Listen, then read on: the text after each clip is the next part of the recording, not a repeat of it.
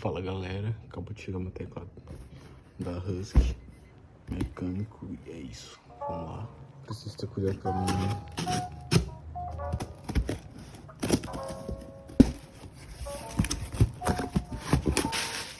Bastante plástico, aqui tá a caixa do... Caraca, bem pesado, hein? Tá aqui.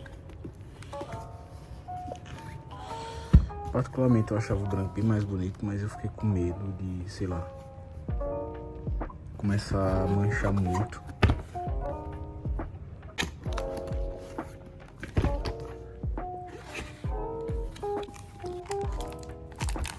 Caraca, ele é bem pesadinho. O adesivo da Husky. Manual. Adoro. Bonito. Cabo. Ele tem conexão C, ó. E o removedor de keycaps. Vai remover as teclas, trocar e fazer manutenção. Primeiras impressões. Ouvi isso. Tá meio gato miando lá de fora, mas ok. Olha que gostosinho. Aqui, ó. O switch vermelho. Ele não faz tanto barulho. Esse barulho é mais das keycaps. Do plásticozinho. O teclado que eu usava era esse teclado da Redragon. O nome agora eu não lembro. Acho que é Karura.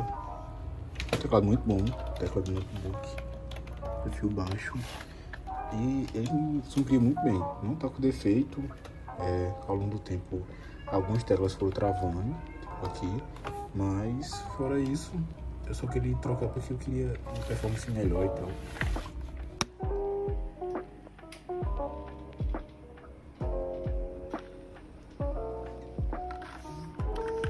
Esse é o teclado plugado no computador. Tem como você mudar todas as funções também via comando, né? Tipo FN ou alguma outra coisa. Mas como eu não queria perder tempo lendo o manual e tal, eu baixei o software. Você vai no site da Husky, da marca, e você baixa o software. E lá você tem um préviozinho de como é que é, tem outros modelos também de teclado e tal. Tipo, eu consigo ver a configuração e só vai pro teclado se eu apertar em OK. Consigo sincronizar várias coisas, ó. Tem vários modos. Vou deixar ele só roxo. Ok, assim que eu aplico lá, ó, deixa eu vir direto pra aqui.